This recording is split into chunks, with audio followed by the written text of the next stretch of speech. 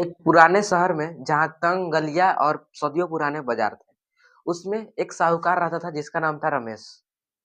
वह बहुत ही पैसे वाला था और उसके पास कोई इंसानियत नाम का कोई चीज़ नहीं था।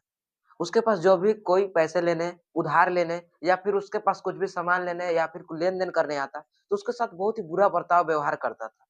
ना कि उसके साथ अच्छे दिल से पेश आता था। और उसी शहर में एक अली नाम का बूढ़ा व्यक्ति मोची रहता था अर्थात जो जूता-वूता सिलते हैं वो रहता था। अब क्या हुआ कि वो मोची बहुत ही शानदार दिल के आदमी था, बहुत ही अच्छा दिल के आदमी था। उसके पास जब भी कोई लोग आते, तो उसको आराम से अच्छे दिल से अच्छे व्यवहार उसके साथ करता और साथ ही साथ वह हमेशा लोगों को अच्छाई के बारे में सोचता, बुरा बर्ताव कभी किसी के बारे में नहीं सोचता। अब क्या हुआ कि एक दिन उसी शहर में बाढ़ आ गया। अब जो रमेश साहूकार था, उसका गोदाम जो था वो नदी के किनारे था।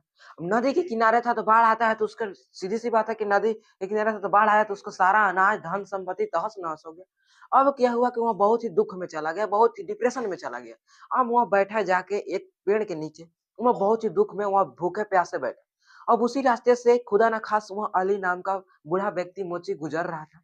अब क्या हुआ कि अली नाम का अब उससे रहा नहीं गया देखे कि ऐसा दुःख में क्यों है।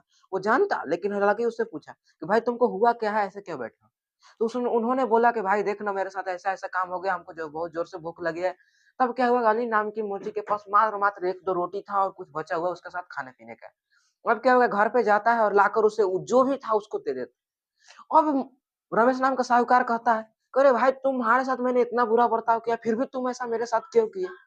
अब उन्होंने मोची ने कहा कि देख भाई, इंसानियत कभी भी सुख-दुःख नहीं देखता।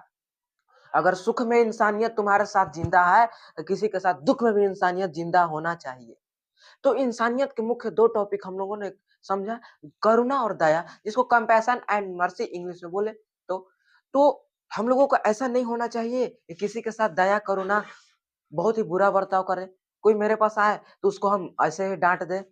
तो ऐसा नहीं होना चाहिए। बहुत सारे लोग को देखते हैं अगर कुछ भी काम कराने जाइएगा गवर्नमेंट वगैरह में जो भी बैंक वगैरह जाइए, तो लोग डाँट देते हैं कैसे जाइए वैसे जाइए अगर जो कम पढ़ा-लिखा होता है। लेकिन उन लोग को ऐसा नहीं करना चाहिए, लेकिन सब लोग ऐसे नहीं है।